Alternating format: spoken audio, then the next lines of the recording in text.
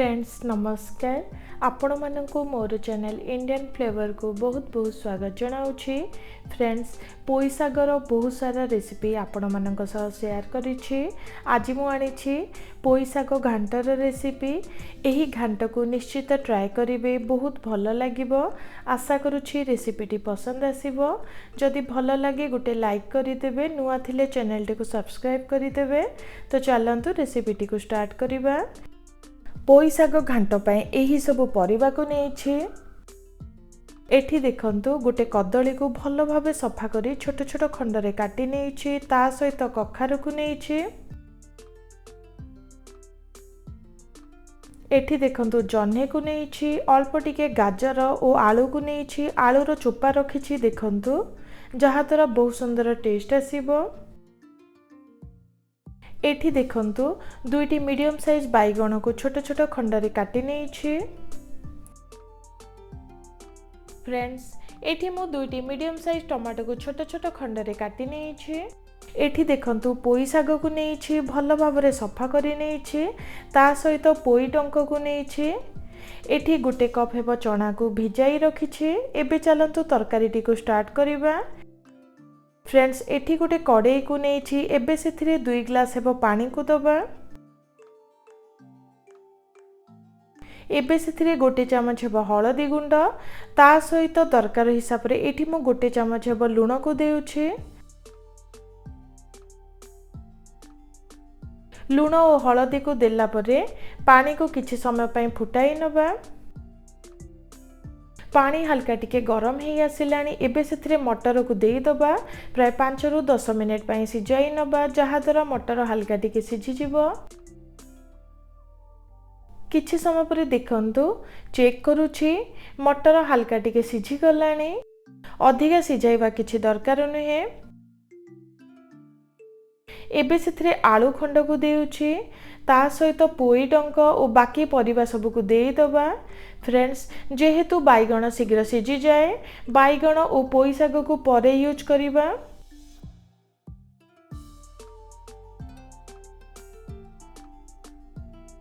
देखंतु परिबा सब को देई देली। एबे सेथिरे टमाटो को मध्य देई दबा।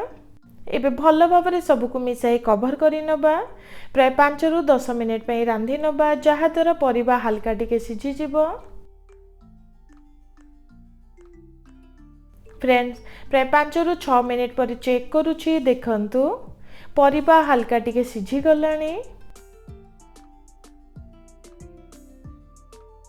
अधिका सिझाइबा किछि दरकार नुहे। तरकारी रे परिबा टिके गोटा गोटा थिले ही टेस्ट लागि थाए। एबे सेथिरे बैगण खंड और ता सहित साग को मध्य देई दबा। देखंतु एठी मु साग को छोट छोट खंड रे काटी नेछि। साग को मध्य देई देले।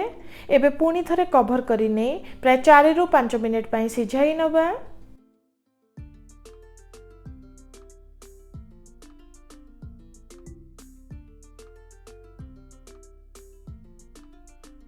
फ्रेंड्स देखंतु प्राय 5 मिनिट पर चेक करूछि, परिबा और साग भल भाबरे सिझी गलानी।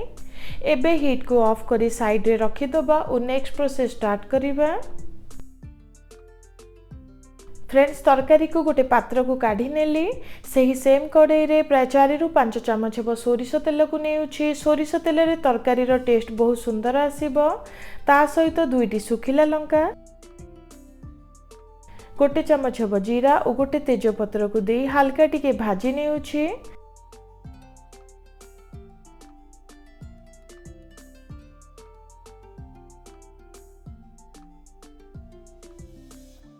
हल्का टिके भाजी नेली। एबे सेथिरे गोटे मीडियम साइज पियाज को पतला पतला करी काटी नेछि। ताकू देई दबा। टिके बादामी रंग हिला जाए पियाज को एबे भाजी नेउछि।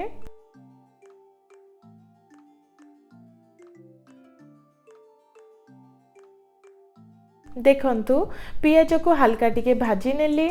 एबे सेथिरे दरकार हिसाब रे 2 चमच हेबो अदा रसुण रो पेस्ट को दबा। अदा रसुण रो पेस्ट को देला परे तार गंध गला जाए हल्का टिके प्राय 1 रु 2 मिनिट पय भाजी नेउछि।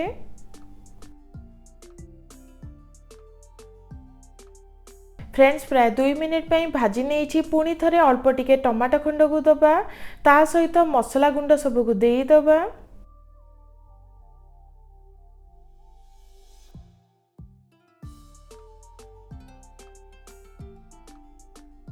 एबे भल भाबरे सबको मिसाई नेउछि।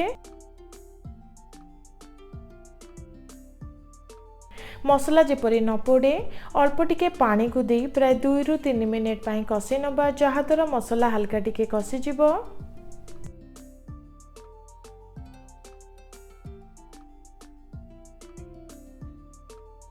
फ्रेंड्स प्राय 2 मिनिट पाई मसला को कसी नहीं बहुत सुंदर बास्ना आसिलानी। एबे सेथिरे परिबा सिझा को देई दबा।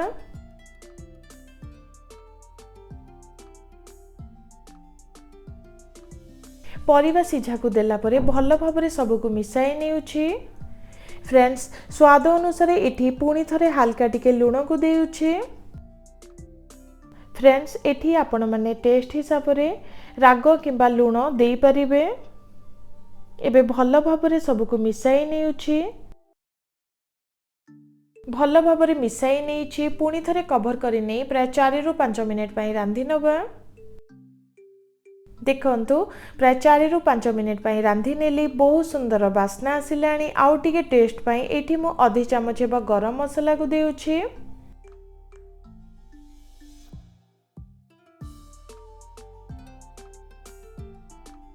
गरम मसला को दे भल भाबरे सबको मिसाई नबा और पुणी थरे 2 मिनिट पई रांधी नबा। तो फ्रेंड्स देखंतु आज रही पोई घांटटी रेडी हे गला। आशा करुछि आपण माननकु पसंद आसीथिबो। निश्चित ट्राए करिवे एही रेसिपीटी को। जदि चैनल रे नुआ थांती आगु को नुआ नुआ वीडियो देखिबा पई चैनल टी को सब्सक्राइब करबा को भूलिबे नहीं। रहुछि नमस्कार।